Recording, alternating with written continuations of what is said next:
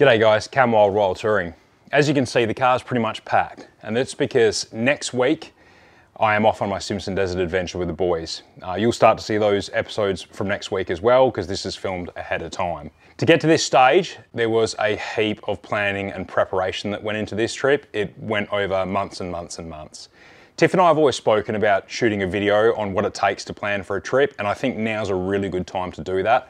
I am going to talk specifically about how I planned for our Simpson Desert trip, but it doesn't really matter. You can apply the exact same principles to any trip you do. In fact, I use these same principles for planning a basic overnighter, a boys trip, a remote full drive trip, a family caravan trip.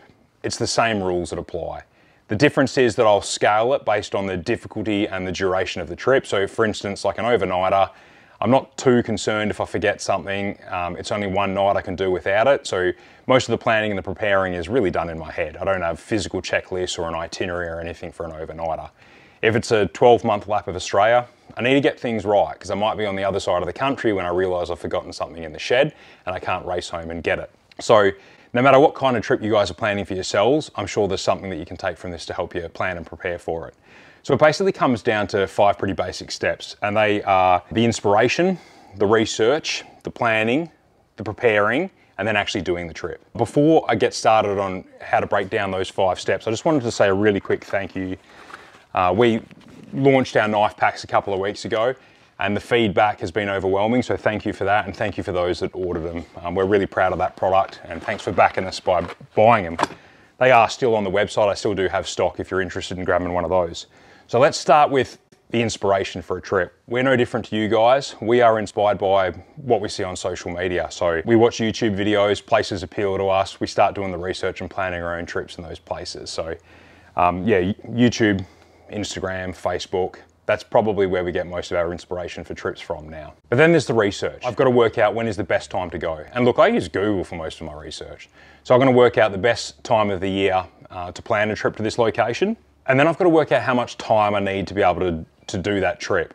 And again, I'll use Google. I will set my route on Google Maps and I'll look at how many Ks it's going to take me to get there and get back. Does that leave me enough time to properly explore that region and get out of that trip what I want from it? It's important to note here that when I am planning that route and how much time I'm going to need, I know how many kilometers I'm comfortable doing a day. And for me, that depends on what kind of trip it is. If it's a solo trip and I'm not towing anything, I'll smash out 1,000 kilometers a day. I'm comfortable doing that. You guys are going to know what sort of Ks you guys are comfortable doing.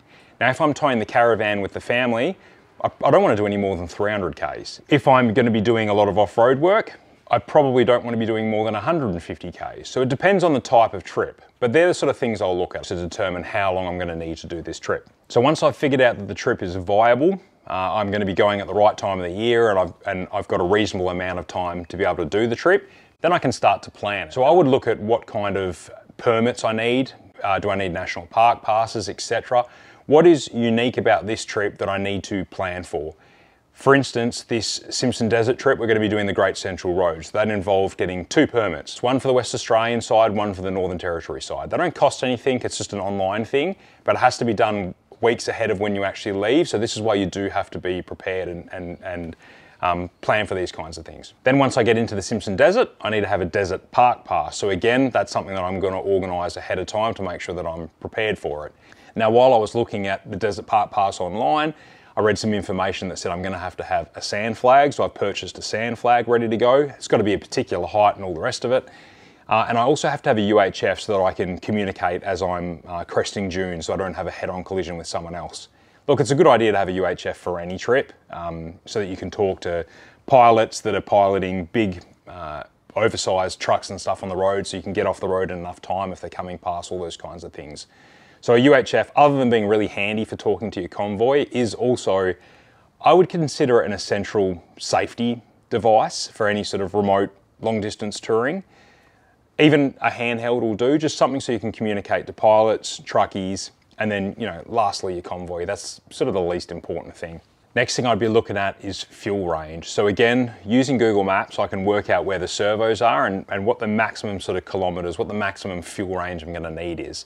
For this particular trip, it was about 550 kilometers, which is not too bad, but I need to consider that many of those kilometers are gonna be off-road. You use a hell of a lot more fuel if you're off-road or if you're towing a caravan or a camper trailer. So I factor that in and I give myself a massive safety margin just in case a servo is shut, or we get pretty much the whole way across the Simpson Desert and then we can't get into Birdsville and we got to double back. So I give myself a huge safety margin. Now I couldn't do that with my factory fuel tank, which is, I needed to look at either a long range tank or jerry cans. I don't want to carry jerry cans, and I do quite a lot of sort of remote trips like this. So for me, it made sense to look at a long range tank, which is why I went into AGD Outtro and spoke to Aaron about fitting a long range tank. You would have seen in a previous video. Just one more thing to think about with that is some of these outback towns, especially some of these community roadhouses and stuff, they have funny opening hours. So for instance, at the start of our Simpson Desert trip, we're going to do 1,000 Ks the first day to get to Laverton. And then from Laverton, we're going to do 550 Ks to Warburton. Now, Warburton is an Aboriginal community. There's a roadhouse on the outside that we're planning to get fuel from. That day is going to be a Saturday. And on a Saturday, their servos shut at 3 p.m. So if I've got to do 550 Ks of gravel and be there by 3:30 in the afternoon to get fuel, I need to be thinking about what time I'm starting that day, and you might adjust your trip to suit that. So that's something you got to take into account. Outback towns, Aboriginal communities, they're not going to be 24-hour servos. Have you got enough fuel range if that one's shut to keep going to the next one? These are the things you need to be thinking about and planning for. Next thing I'm looking at is where I'm going to be camping. Now, again, it depends on the kind of trip I'm doing, whether it's a family caravan trip or a boys trip in the four-wheel drives. Either way, I'd probably be looking at wiki camps for ideas. So I'm breaking up that trip into manageable chunks. I know how many kilometers I want to do a day based on what I'm comfortable with. And I start to scan on wiki camps looking for campsites around that area. For us, I like to do I'm quite comfortable doing a week or so off grid, and then I like to stay in a caravan park. And the reason I do that is after a week, I'm running really low on food, water. I'm pretty keen to have a really long hot shower somewhere. I might have to empty the toilet cassettes or whatever. A week's about the max I want to do off grid. Then I like a little reset at a caravan park somewhere in town where I can dump the dunny, do a shop and have a really good shower and sit on a proper toilet and all those kinds of things. So this trip was no different. I've broken it off into manageable chunks where we do a week or so off grid and free camps using wiki camps, and then I sort of place myself in main sort of townships. So, we're doing Yallara, Birdsville, and then as Duffy and I push on to Fraser Island, we'll do Rainbow Beach, and then I'll do a similar sort of thing back home, making sure every week or so we're in civilization somewhere where we can get a bit of a reset so we can keep going further without being dirty and smelly. We want to be able to wash some clothes and get all the sand out of our swags and all the rest of it. So I can use all that information now. I know how many Ks I'm doing, what sort of fuel range we need, what route we're taking, what we need for that route, where we're going to be camping. I'm starting to piece together my itinerary. I know what dates I've sort of allocated for this trip, so I can start to put all this information down on an itinerary, and I'm sharing my one with you there. I haven't put the specific dates in, but you can see how many nights I'm planning to stay at each place. Again, how quickly you do a trip depends on how much time you've got and what type of trip it is and what you want to get out of that trip. So this is one for me where I've tried to really maximize how much we can do in a pretty short window, which is why we're moving fairly quickly. For a group trip like this, I'll also print the itinerary and share it with the boys and get their input to see if the pace suits them or there's particular things that they want to see that maybe I've overlooked or whatever. So that involved them, they'll come around for a barbecue, we'll catch up at the pub, we'll do a local camping trip and overnighter just to chat about the trip and to make sure everyone's sort of on the same page for what we're doing and everyone's comfortable with the pace that we're doing it at. So we had quite a few of those catch-ups and a few beers involved too. We'll also chat about how we're going to do dinners. We like to do communal dinners because it just means you're taking less staff and there's less wastage and whatnot. So we'll chat about who's going to be cooking what we're going to be eating, are the common ingredients that we can buy, and then we'll also put together a bit of a shopping list together. For this one, that meant we put a shopping list in for Ryan's Quality Meats, and we went to the butcher and we bought pretty much our entire trip's worth of meat, and we needed a freezer to put that in, so I bought this cheap King's freezer pretty much just for this one trip, and that's loaded up with enough meat to see us through for the whole thing. If you don't have a freezer, you can obviously cryovac your meat or vacuum seal it, and it will last a hell of a lot longer than non-vacuum sealed meat. A lot of butchers will even do that for you. While we're talking about fridges and freezers and stuff, I don't think a freezer is a necessity for a trip, and I'll tell you why, because like I said, every week or so, I really think you need a reset. I love the idea of going to a caravan park or passing through a town at least once a week, because I find you can't really carry more water than that anyway. Any fresh produce you've got, like veggies and fruit and stuff, is going to start to spoil after a week. I know you can go a month out in the bush and live off canned beans and collect rainwater and stuff, but I'm talking about the average person. This is certainly how I like to travel. So I don't think you need a freezer if you're going to be in the shops every week or so anyway. I mean, I can comfortably live out of a 40-litre fridge. You know, I've done three week trips out of the car just with the one fridge, and I have no dramas doing that. So the other thing is grog, is beers. We like to take a few beers away with us on boys trips, obviously. Fridge space is a premium if you're living out of one fridge and you need to have fresh produce and whatnot. So I would cycle my beers through. I'll put 6 or maybe a smidge more in the fridge in the morning, and the rest of the beers can stay warm in the carton. So I can optimize room in my fridge for fresh food. Other than food and water and beer, the other thing that I really need on a trip is good coffee. So you guys have seen that I really like my our rip and drip bags, our pour over coffee. So that stuff's been great. It's a really convenient way to have a really good coffee off grid. If I'm not going to be doing the pour over, my other favorite way to do coffee is doing cold brew, especially in summer when it's a stinking hot day. I don't always want to drink hot coffee. So I use an Espro CB1 that I bought from Espresso Tenango, and I make a cold brew concentrate. That's my preferred way to do cold brew. Another really good way to do coffee. Oh, let me go get it. Oh, I had to get this to show you it because I think this is pretty cool. There's a million ways to do good coffee. You can get a really good coffee from an AeroPress, a French press, a mocha pot. You can take a coffee machine away with you if you want to. This one is one that I hadn't seen before until Jason from Espresso Tenango flew over to visit me and showed me it. So I reckon this is really cool. So this is from his store. I was using this in a few of those videos I did with Harry Fisher. It's called Vessel VSSL, and it's an aluminium thing. That's the lid. So that's your pour over funnel. It's got a reusable mesh filter there, and then that's your drinking cup in the bottom. So you sit that on top, use a hand grinder to grind some fresh coffee beans, and then just pour over. And that makes a really good cup of coffee, and it's compact and it's cool, and yeah, that's a nice bit of kit. But yeah, they're the important things: food, water, beer, and good coffee for me. Shelter's probably the 5th thing. That's pretty much I've just got the computer down here, that's why I'm glancing off screen.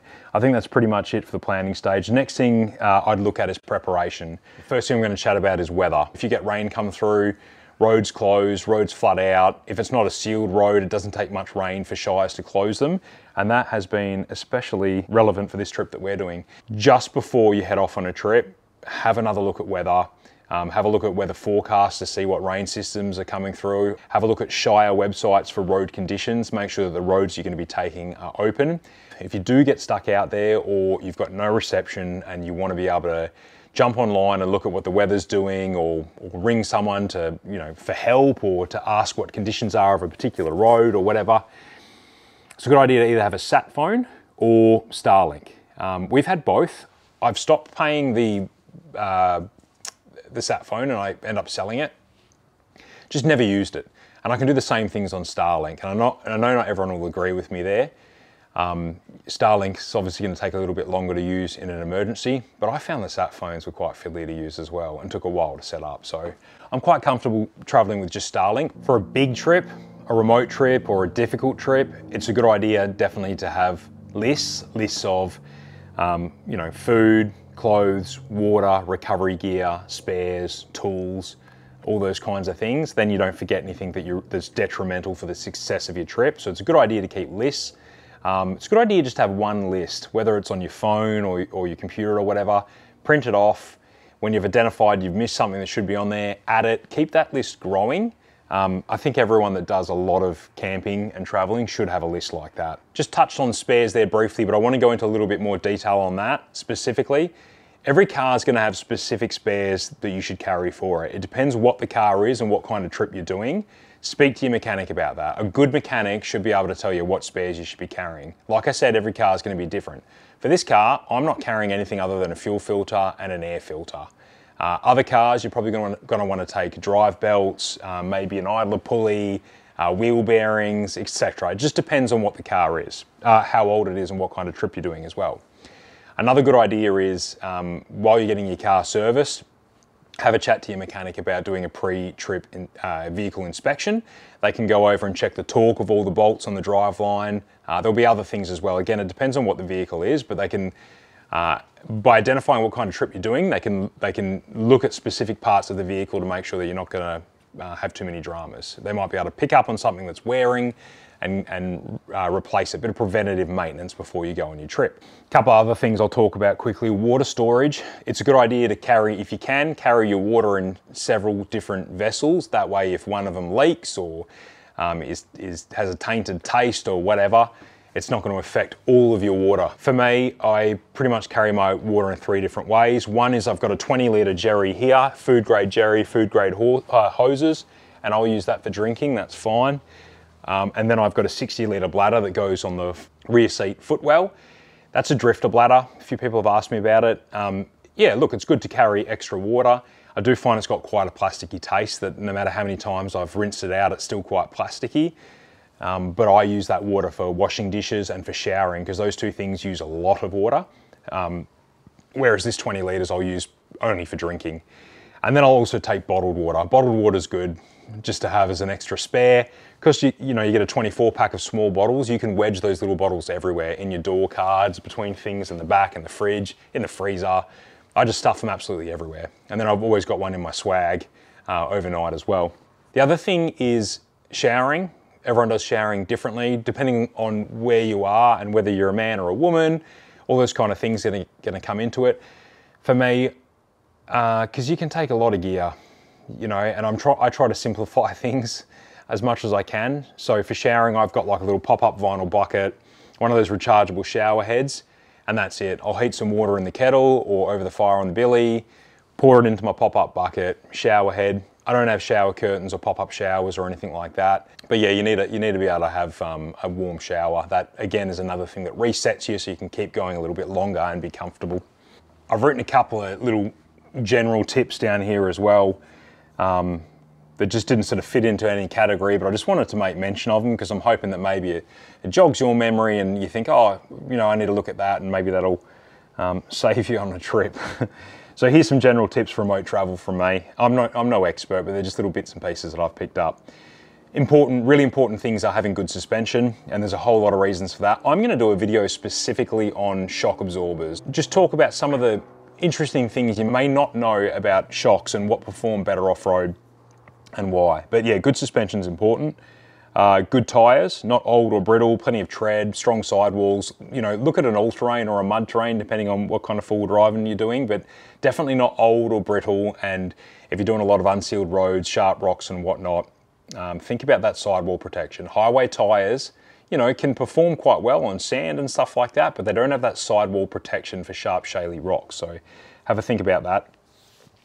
The other thing with tyres is if you've put bigger wheels on your car, does your factory jack that came with the car actually reach? Does it actually work? You need to check that. Check it at home on your driveway, because whenever I put bigger wheels on a car, I will go out and buy a bigger bottle jack because I find the factory jacks are just no longer safe because they're absolutely maxed out trying to jack the car up. Also need to consider the weight rating. So that factory jack was only 1,800 kilos, whereas the aftermarket one is 4 ton. And I have added a lot of weight to my car, so these things are relevant.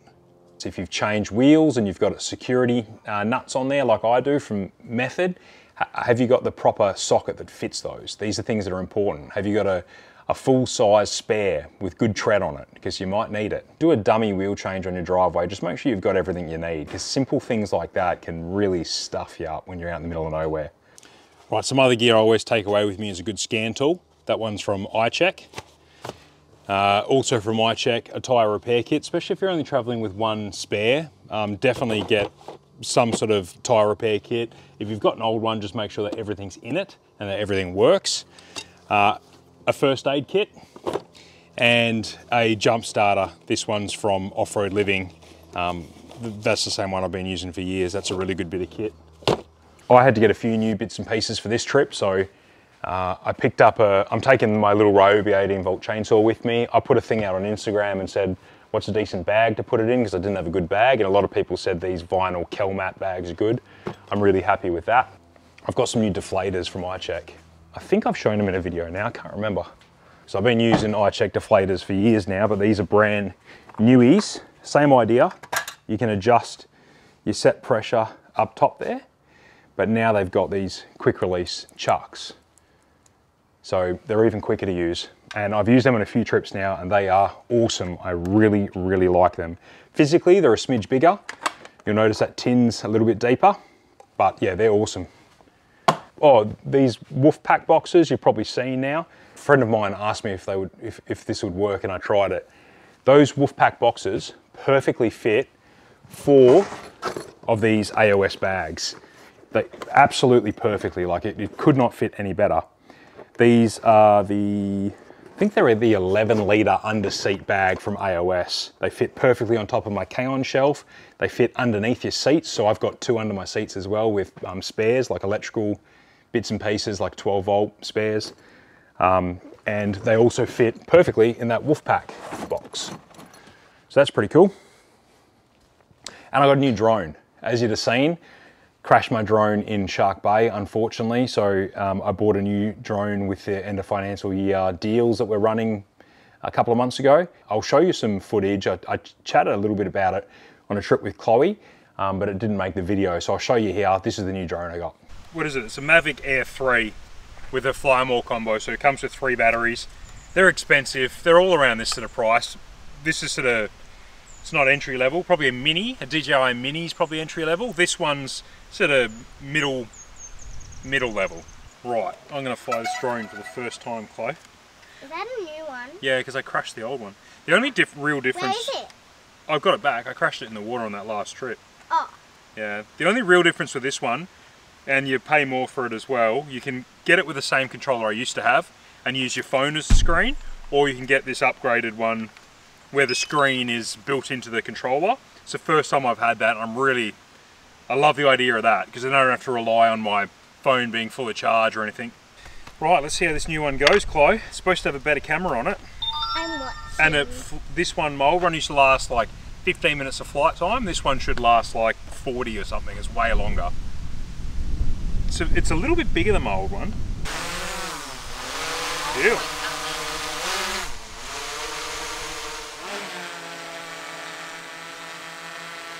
Don't let me.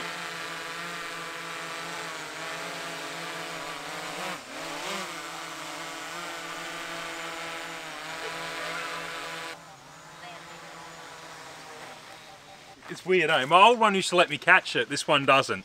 I'm sure it's a setting for the sensor underneath or whatever, but otherwise, it said I would have had 40 minutes flight time.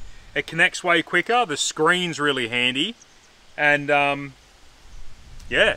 It looked... Daddy's old one, you had to put your phone there. Yeah, I did, had to put my phone there.